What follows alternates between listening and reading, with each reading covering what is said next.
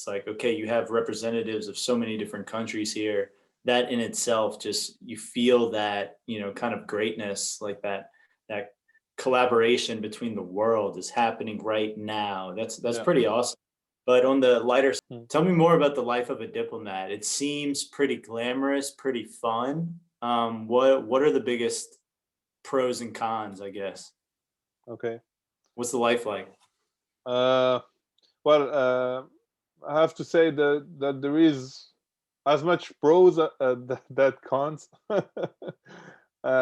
It's very good to be a diplomat when you are young because you don't have a family, you don't have kids. But when you have a wife and kids, it starts to be tricky because a diplomat is always on the move.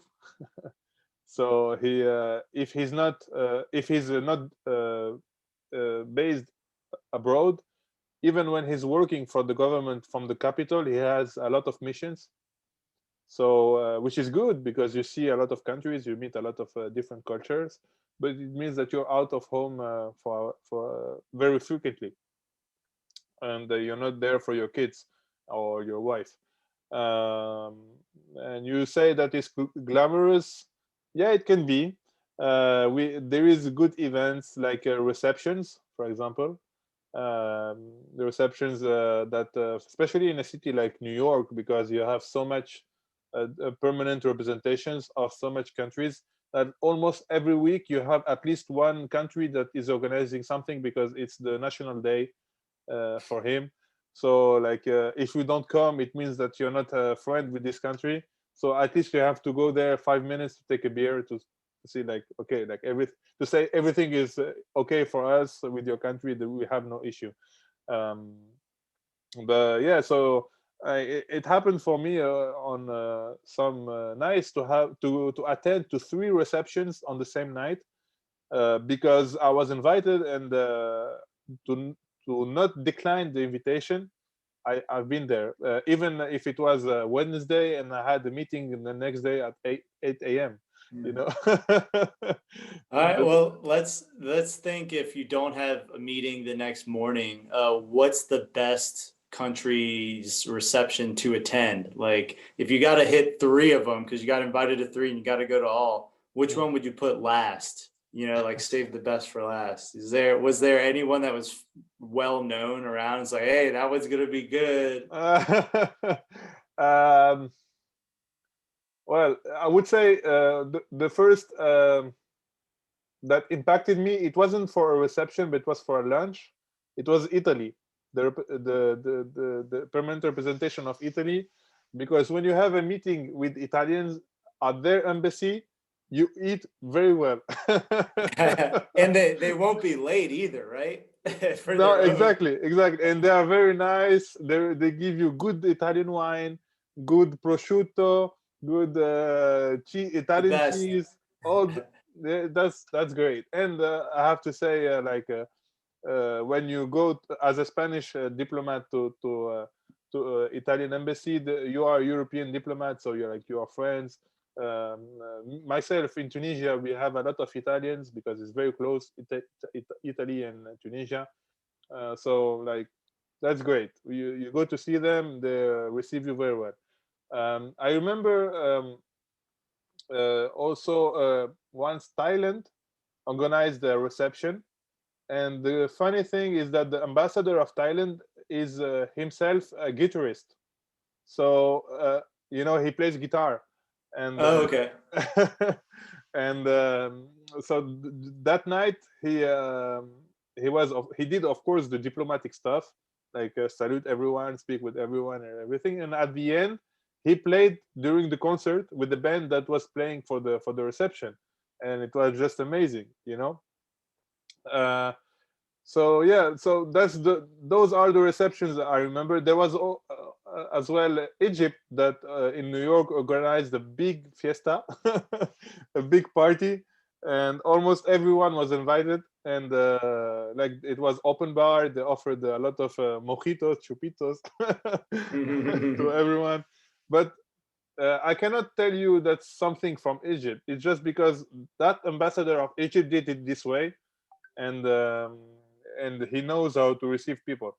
There is also some reception, because you know that at the UN you have goodwill ambassadors, and there are Hollywood star movies that really care about one cause, and they come, they stand with the UN to help the UN to speak about one issue, or do some to raise some funds to finance this cause. And those reception can be nice. Sometimes you can see the wife of George Clooney. Uh, what's her name? Amal Clooney. Mm. She's an international lawyer, and she really cares about human rights. And at any moment when you need to defend any human right cause, if you contact her as the UN or as the ambassador of a country representation to the UN, she's here. She's very open. Sometimes just by asking her to come to a reception, you make your reception as a success, and you make people talking about this cause, or give donations to fund this cause because she's there. And so yeah, you have some receptions that are like that. There was a reception with Leonardo DiCaprio. Didn't attend that time. I had other receptions, but yeah, I regret. There was a Stevie Wonder that came once. You have those kind of glamorous moments, uh, but you have to use it to serve your cause, of course. It's not you don't organize a reception just to see Stevie Wonder at your embassy, you know. He shows up and he's like, all right, what's the cause? And you're like, here's a piano. It's like, oh God, here we go again. Everybody, there's somebody. Well, wait, But so this is interesting because it's like, so two different sides of philanthropy, possibly, where you have like one reception, let's just say Italy, and they want to have a cause be more successful. They would extend an invitation to a celebrity to attend in favor of this cause. Is that yeah, right? but it's just some examples. Not all the receptions have stars or famous people. And Um, do all receptions have a cause? No, Like, it can be something very simple, because it's the national day of your country, and so you invite everyone to your embassy, just to raise the awareness of about your country, about the culture of the country, just for that, you know. so do those countries, do they really take advantage of those silly national days like National Crepe Day? And then France goes crazy. Yeah, it's Crepe Day, don't you know? No, every country has only one national day. Mm. So even if you have a lot of big moments in your country, you need to choose one. You know, Uh, just to be taken as a serious country. You know, for example, for the US, it's 4th of July. Um, for Tunisia, it's March 20 is Independence Day. For France, it's July 14, because it's the day of revolution in France, you know. So if you do something as the national day, everyone attends, because they want to show that they're friendly with our country, you know. But mm. you cannot do that every week, you know. You can only do that once a year. But also you can do receptions, for example, at the UN. There is some committees in which your country needs to be elected to attend to this committee, you know. So Committee. yeah, like for example, the Human Rights Council in Geneva, you need to be elected to have a chair at the Human Rights Council.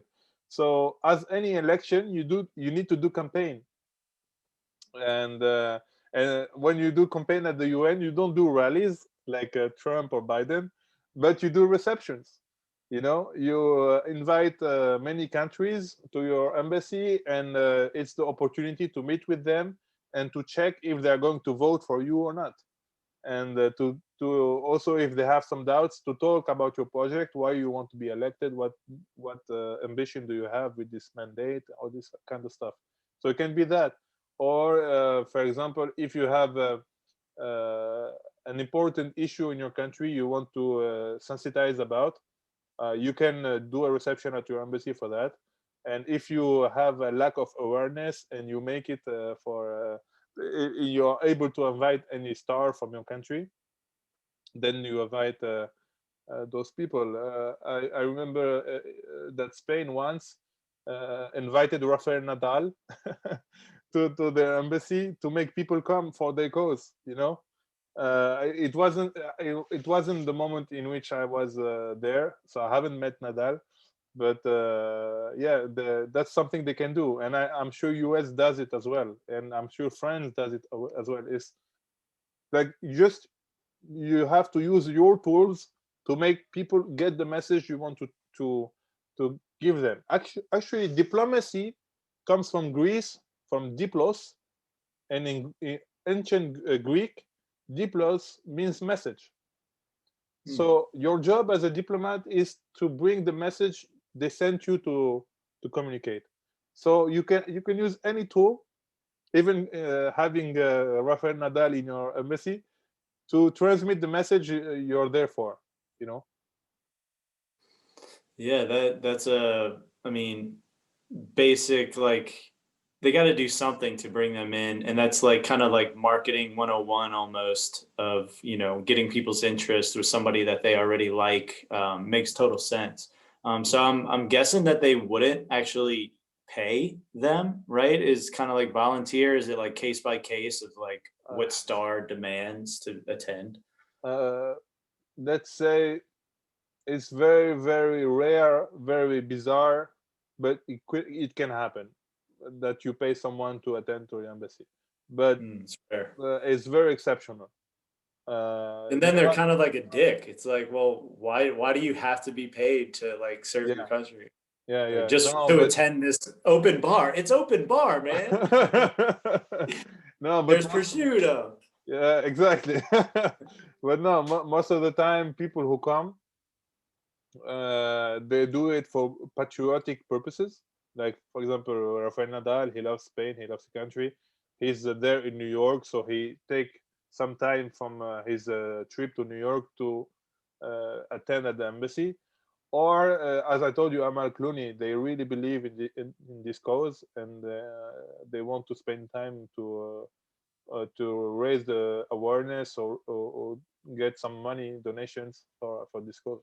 But yeah, If you are trying to raise money for your own cause, did I hear you correctly earlier in that you could reach out to the embassy, and if you have a compelling cause, could they kind of rally behind it and work with you as a philanthropist to kind of get that going? yeah. Well, the just to make it clear, the money we collect is not in the benefit of the country; it's in the benefit of the project that Right. you fight for.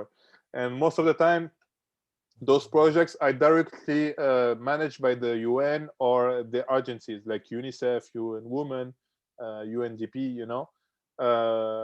Just because they don't have the budget to fund this project, then they organize those events of philanthropic receptions, all this stuff.